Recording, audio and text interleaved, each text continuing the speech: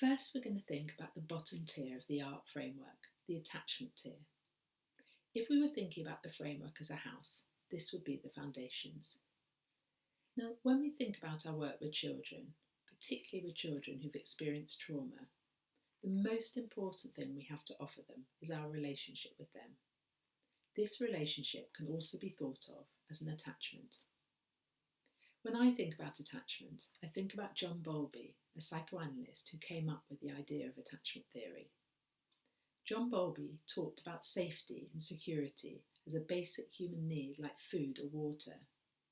He said that we get this sense of security through emotional bonds or attachments to our primary caregivers that we develop as infants in the first 6 months of life. Through repeated experiences of being responded to, we develop an inner roadmap of our expectation of relationships.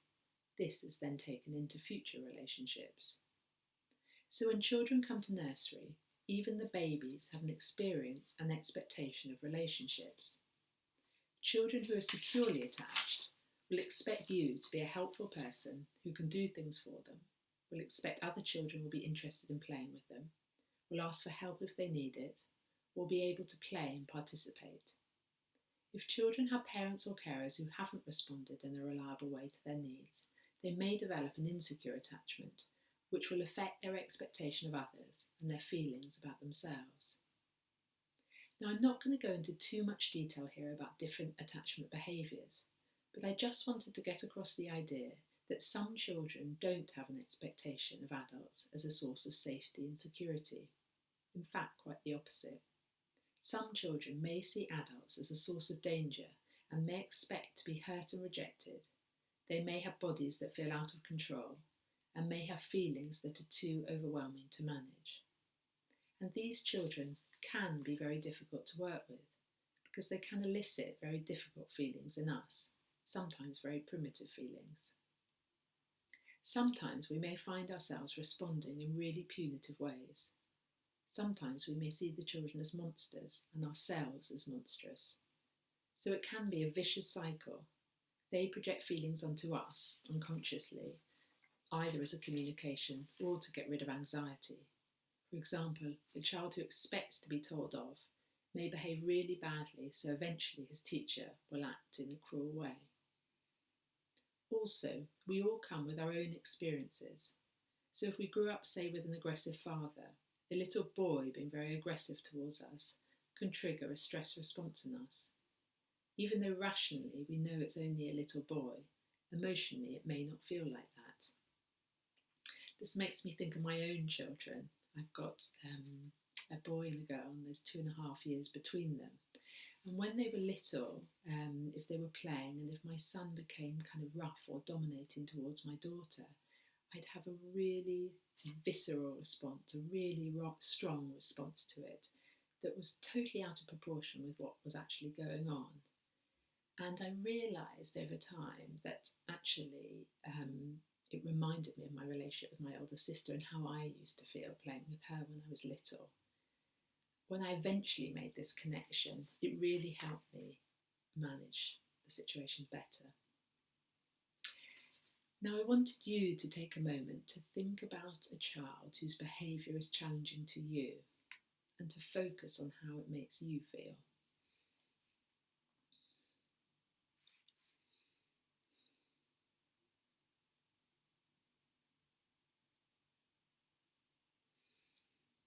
The sort of things people usually say are angry, frustrated, guilty, confused, sad, ineffective, ashamed, hopeless, helpless. Quite an overwhelming range of feelings that we may have our own fight or flight response to, which is why the first block of this tier of the framework is adult self-regulation and self-care. Like on an aeroplane, when we're told to put on our oxygen mask first before helping someone else with theirs, we need to try to regulate ourselves first before responding to a child. And I think the first step in that is noticing how we're feeling. Even that act of noticing slows things down a bit, so we're not reacting from our own survival centres. Once we've noticed how we're feeling, we can get in tune with how the child were working with this feeling. Brazelton, a psychologist working in the 1970s, talked about communication being like a dance, a two-way flow of communication where each partner responds to the communication of the other. So it means observing what's going on for them and responding empathically. This is the second block in this tier of the ART framework, which is called attunement. But what does this observing entail? It's not just what a child is saying, but what they're doing, what their bodies are doing. We know that most communication is non-verbal.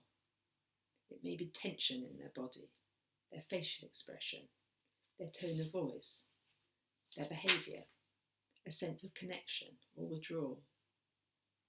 Sometimes it's really hard to see what's happened. The triggers are hidden, and that's where we need to use our knowledge of the children that we build up over time.